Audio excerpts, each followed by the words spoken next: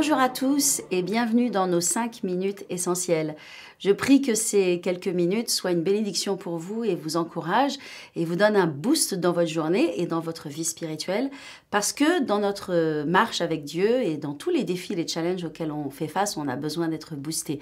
Alors que ces 5 minutes soient une bénédiction pour vous. Aujourd'hui, j'aimerais vous partager une parole à propos de la foi. Et cette parole s'intitule « La foi », alléluia, c'est la connaissance de Dieu. On a tous besoin de foi et on a tous entendu parler de foi, de la foi. Et notamment, il y a plein de versets dans la Bible et des versets puissants qui nous bénissent et notamment dans Hébreu, vraiment un verset qui parle vraiment de la définition de la foi. Si vous voulez connaître quelle est la définition de la foi, vous tournez dans Hébreu 11, verset 1. Or, la foi et la ferme assurance des choses que l'on espère, c'est la démonstration des choses qu'on ne voit pas. Parfois, quand on lit ce verset, on se dit « Ouh là là, c'est un petit peu compliqué. Comment est-ce que je vais réussir à comprendre exactement ce que c'est la foi ?»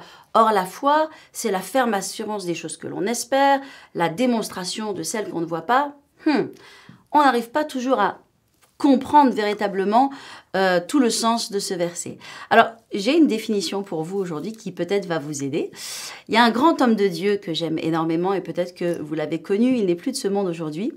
Il s'appelle Lester Sumrall, le docteur Lester Sumrall, qui a été un homme de Dieu, qui a été un grand missionnaire, un grand homme de Dieu de par la terre, et j'ai eu la chance de le connaître et de le rencontrer. Et il a dit une phrase à propos de la foi qui m'a marquée, que je n'oublierai jamais, et je veux vous la communiquer, cette phrase, pour qu'elle soit aussi une révélation et une aide pour vous. Il a dit simplement, la foi, c'est la connaissance de Dieu. Et c'est vrai que finalement, la foi, c'est connaître Dieu. Et bien souvent, on ne connaît pas Dieu. On ne connaît pas Dieu comme on devrait le connaître. On le connaît au travers de la tradition, au travers de ce que d'autres ont dit, mais on ne le connaît pas personnellement. On pense que Dieu est là pour juger, et que Dieu est là pour punir, que Dieu est là pour réprimander. Et en fait, il est pas comme ça, Dieu. C'est pour ça qu'on a besoin de le connaître personnellement. Il y a quelques jours de cela, je parlais à propos de Jonas et j'expliquais que le livre de Jonas est un grand livre d'amour. Alors, c'est pas que Jonas avait un grand amour pour le peuple de Dieu, mais au travers du livre de Jonas, on voit comment Dieu est un Dieu d'amour et comment Dieu a poursuivi Jonas pour que Jonas prêche et sauve ses Ninivites. Et donc, le livre de Jonas, c'est un grand livre d'amour, en fait. Et parfois, on voit les choses sous un autre aspect. On ne connaît pas, on ne comprend pas Dieu. Alors, je suis là simplement pour vous dire que Dieu est un Dieu d'amour. Et la foi, justement, c'est la connaissance de Dieu. Donc, je peux, à partir du moment où je sais que Dieu est un Dieu d'amour, que Dieu est un Dieu qui est là pour moi, que Dieu est un Dieu qui veut que je sois guéri, que je sois prospère, que je réussisse, que je traverse les épreuves de la vie et qu'il est là pour m'aider et pour me soutenir. À partir du moment où je sais ça, eh bien, je peux vraiment m'appuyer dans la foi et croire que ce Dieu est avec moi et qu'il va m'aider à traverser les circonstances de la vie. Alléluia.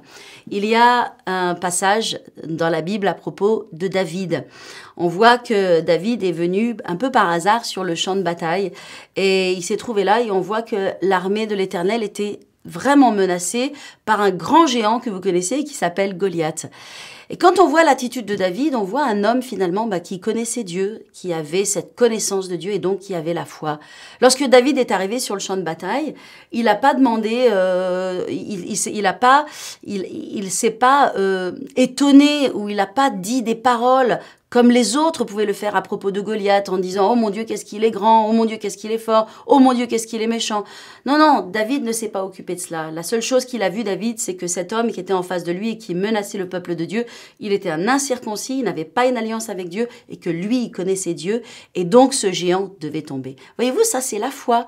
Et de la même façon, vous avez besoin de connaître Dieu de cette façon-là, comme David connaissait Dieu. Et c'est comme ça qu'il avait de la foi. Donc la foi te donne de l'assurance. La Bible dit, celui qui a la foi, il est comme un jeune lion. Et un jeune lion, il a de l'assurance. Alors, soyez fortifiés aujourd'hui et ayez de l'assurance comme un jeune lion. Ayez donc de la foi en Dieu.